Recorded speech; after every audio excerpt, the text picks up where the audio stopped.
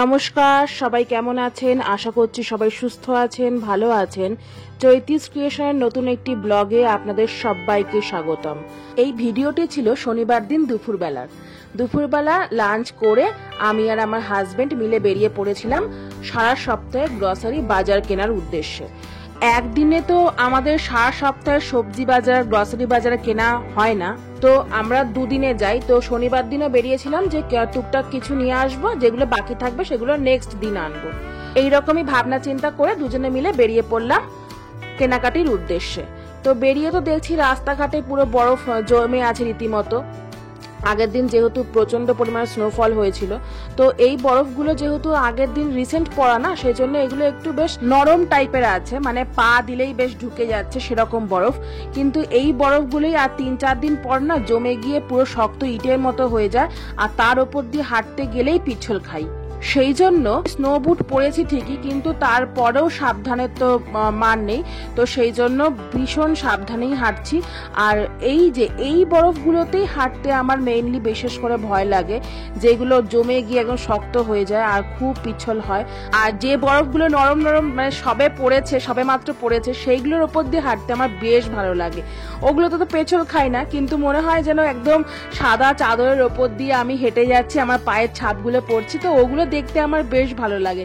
আর এই যে রাস্তার পাশে যে বক্সগুলো দেখতে পাচ্ছেন, এই বক্সগুলোর মধ্যে পোস্ট অফিস থেকে যেসব চিঠি আসে সেই সব চিঠিগুলো এর মধ্যে ফেলে দিয়ে যায় ওরা। কারণ এখানে তো কেউ হাতে হাতে কোনো কিছু চিঠি ফিটি দেয় না, সবাই এরকম নির্দিষ্ট জায়গায় এসে বক্সগুলোতে ফেলে দিয়ে চলে যায়।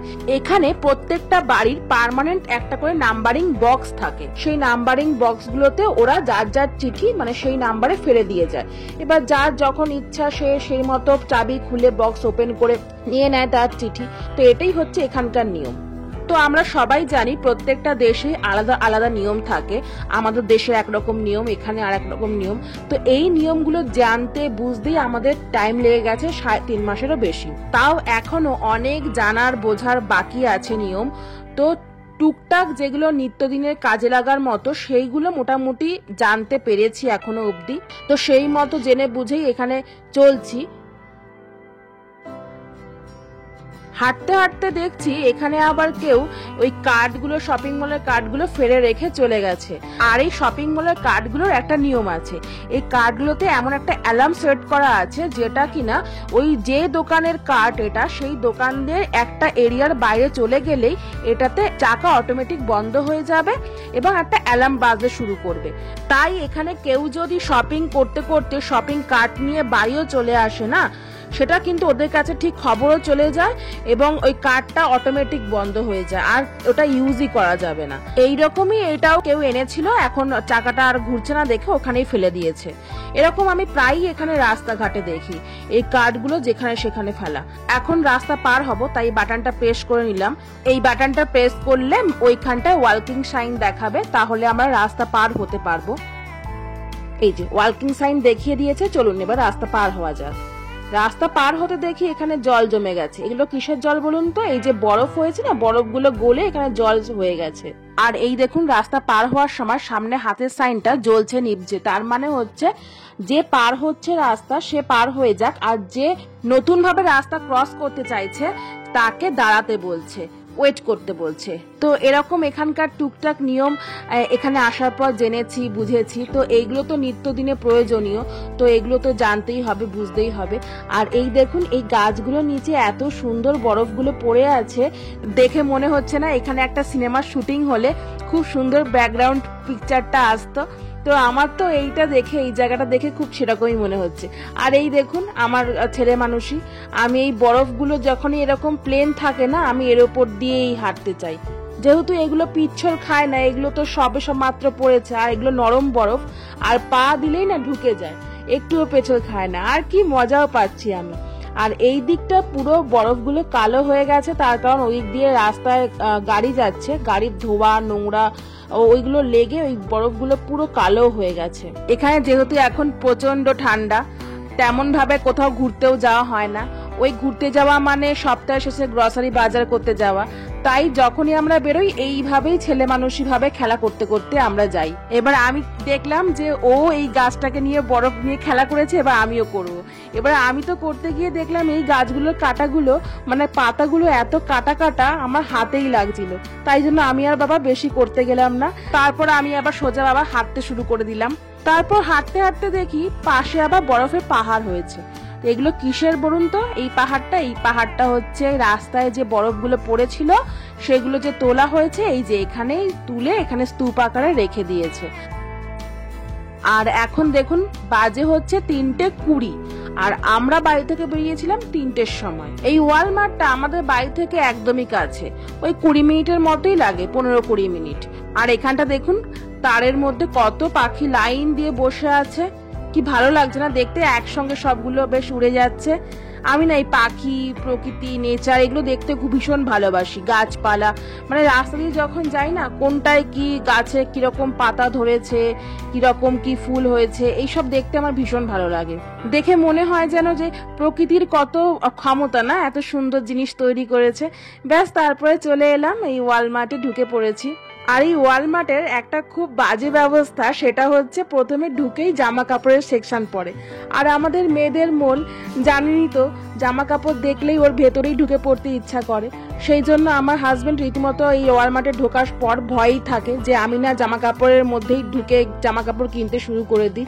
সেই জন্য এই দোকানে ঢোকার পরেই আমাকে ও বলে যে সবসময় সোজা হাঁটবে, সোজা হেঁটে একদম বাজার আছে, তো সেখান থেকে যা সবজি বাজার করার করে নিয়ে একদম সোজা এসে বিল করে বাড়ি যাব। তো এটাই বারবার বলে, কিন্তু আমি তো শুনি না। মাঝে মাঝে এই জামা কাপড়ের সেকশনেও ঢুকে যাই। তো যাই হোক, আজকে কিছু নেব না, আজকে সোজা সবজি বাজারেই কিনবো। আর এই পাশটায় দেখলাম কোনো একটা খাবার টেস্ট করাচ্ছে, সেই খাবারটা যদি টেস্ট করে পছন্দ হয় তাহলে পাবলিক সেটা কিনবে, সেই জন্য এই খাবারগুলো টেস্ট করা এখানে। আর এগুলো কিন্তু ফ্রিতেই টেস্ট করা, এর জন্য কোনো পয়সা লাগে না। আর এখানেও কিছুটা টেস্ট করাচ্ছে। যাই হোক, আমি আগে সবজি বাজারের কাছেই চলে এলাম, টুকটাক কিছু সবজি নিতে হবে। তো এখানে আসার পর দেখলাম এখানে লিচু বিক্রি হচ্ছে। মানে শীতকালেও এখানে গরমকালের ফল বিক্রি হয়, সারা বছরেই এখানে এইসব ফল পাওয়া যায়। বরঞ্চ আমাদের দেশেই, গরমের দেশেই এই সমস্ত ফল শীতকালে পাওয়া মুশকিল। আর এই লিচুগুলো এইভাবে প্যাকেট করেই বিক্রি হচ্ছিল বাঞ্চ আকারে। আর এক একটা প্যাকেটের দাম পড়ছিল 7.97 মানে $8 কাছাকাছি, যেটা ইন্ডিয়ান টাকায় কনভার্ট করলে গিয়ে দাঁড়ায় 480 টাকা মতো। আর তার সাথে আতা, ড্রাগন ফল এইসবও বিক্রি হচ্ছিল। তারপর পেয়ারা, কিন্তু পেয়ারাগুলো দেখে আমার ঠিক ভক্তি হলো না, কারণ হচ্ছে পেয়ারাগুলো সবই পাকা পাকা নরম, আর এগুলো বাড়িতে আনলে আরো নরম হয়ে যাবে। আর এই জিনিসটা কি আমি ঠিক বুঝতে পারলাম না, আমার লতি লাগছিল, কচুর লতি টাইপের, কিন্তু এত মোটা মোটা লতি আমি বুঝতে পারলাম না। আর একদিকে দেখুন পাকা পেঁপে বিক্রি হচ্ছিল, কিন্তু এই পাকা পেঁপেটা আমি খেতে পছন্দ করি না, তাই আনলাম না। তারপর চলুন দেখতে থাকুন এখানে কি কি পাওয়া যায়, আর তার সাথে আমিও বাজার করতে থাকি।